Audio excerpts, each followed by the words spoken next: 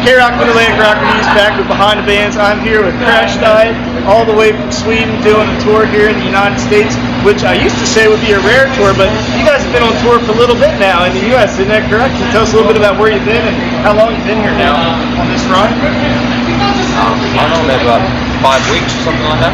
Came to Atlanta straight from South America, and we spent a couple of good weeks here. It's been rough, tough, it's been fun, but we're all still alive and we're going on strong, so it's all good. Now, one of the things I love about your band, a lot of people kind of still refer to it as glam rock or sleaze rock, and in a lot of ways that's not around anymore. One of the things I really love about you guys is it's sort of like you're the best of what used to be glam rock, but it's got a modern flavor. Do you guys see yourself as glam, or what do you do to glam or sleaze? We love that kind of music. We kind of sort of grew up with that kind of music, so it's our big influences, but at the same time, we don't want to be labeled. We don't like labels. We want to play what we want, and just and that's kind of showing on the new record too. We're experimenting a little bit more. We're taking out the turns.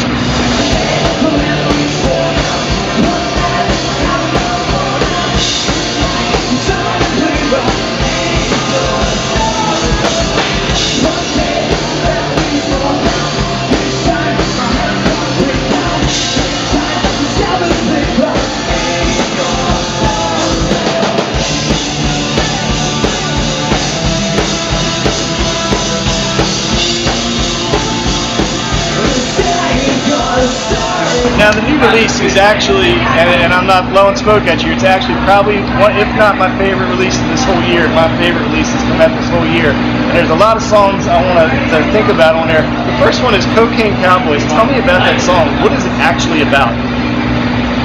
Well, it's actually inspired by a documentary with the same name. And then we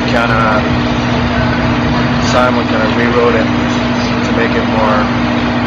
we brought in our own experiences into it, and sort of it's applicable to our own lives and to many lives. Do the Cocaine Cowboys, when you watch the video, do they represent? I gotta be corny, but are they the guys in the suits, or do they represent a group of people, or is it more? It's in general, I think suppliers, man. Suppliers, yeah. We meet a lot of cocaine cowboys out there.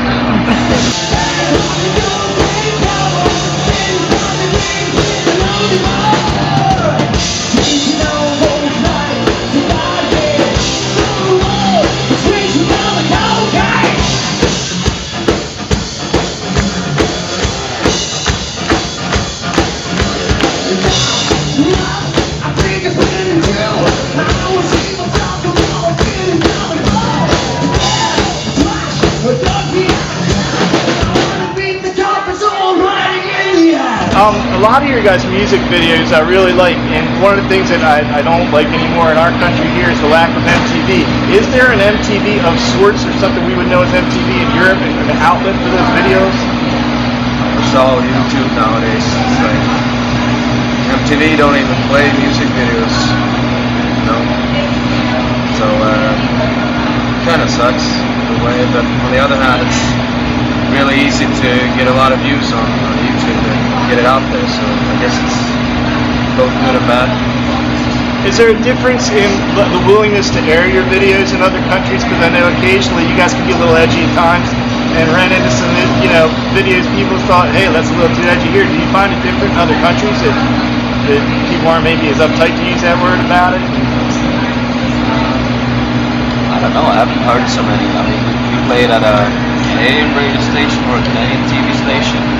Recently they played they played California, which is the least violent video.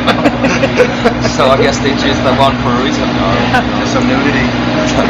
Yeah, there's some nudity. That's less drinking. It's not as offensive, I guess. Having watched you guys tour together, you were in every country imaginable. Where's the wildest venue you have ever played, whether it's big or small, and in what country was that venue? The craziest place? So far it was Argentina.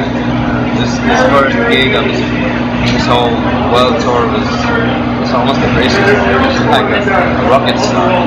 People were mosh pitting, they were jumping around, and they went really mad. And I took a dive into the audience, and I almost didn't make it out alive. They stole all my gear, I was naked. They want to rip your door. Yeah, seriously, they thought they would tear my hair off. Did you have the same Did any experience? actually one fan get a piece of your hair? Oh yeah, I'm sure they all tried to rip it out. Oh, Is it real hair? Is it a wig? no, they were really testing it. As I go through your songs, a lot of them seem to be about people struggling, and I look at I wrote down too, like Save Her and Damaged Kid. Are they reaching out to people, or is that just what's coming from your heart, or are you trying to reach a certain group with those kind of lyrics? Damaged Kid is about an ex-girlfriend and a friend of hers, which I knew for a long time. So it's about people that I know. It's about people in different situations. That end up in different things in life, and it's just tribute to them. Is there anything, a genre of music anybody in the band listens to that would shock people? Because you guys got a real cult following, people who just love you guys. And is there some kind of music you all listen to, any one individual that would surprise anybody and be like, wow, I had no idea? Yeah, for sure. I think everybody's got their own preferences. We all have kind of different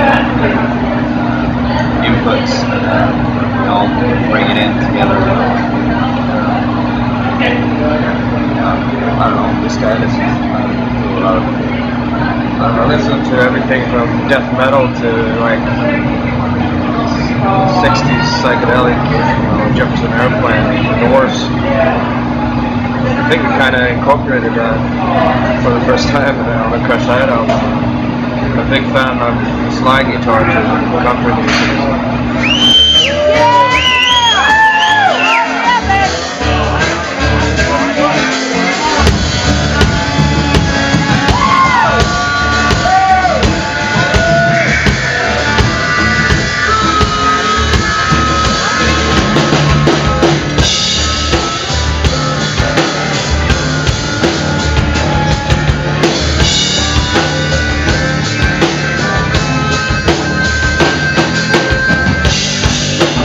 I saw the one video with the vodka bottle and the slide guitar. That was kind of cool.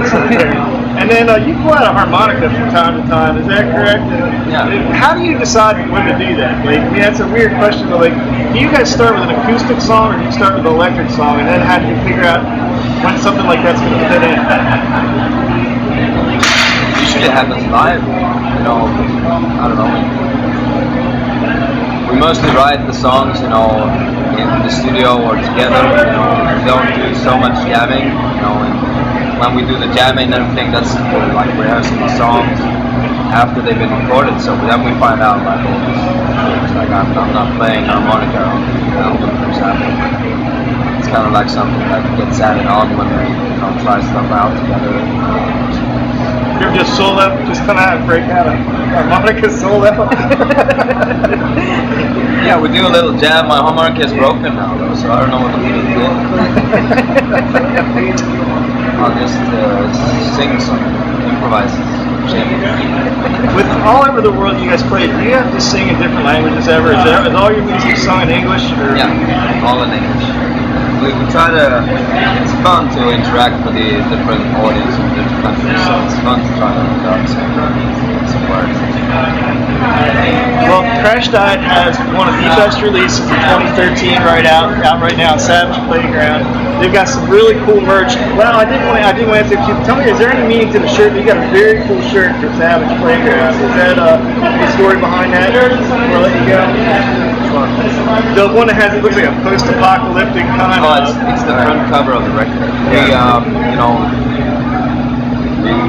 We kind of stressed out what we wrote, but all the details is kind of like something taken from the songs or something that has happened, during these 2 years of touring. So all the details have some kind of meaning, and they are connected to most of the songs. So if we look hard, we can maybe find it in their cover. So that's very cool. I'd give you guys an activity some homework at home. Check out Savage Playground, do a little Where's Waldo, look for the meanings in the songs, and we're going to try to do that too. So this is Crashdiet all the way from Sweden. They're going to be heading back over to see you soon, but we're glad we got to catch them in the States. Thanks, guys. Thank you.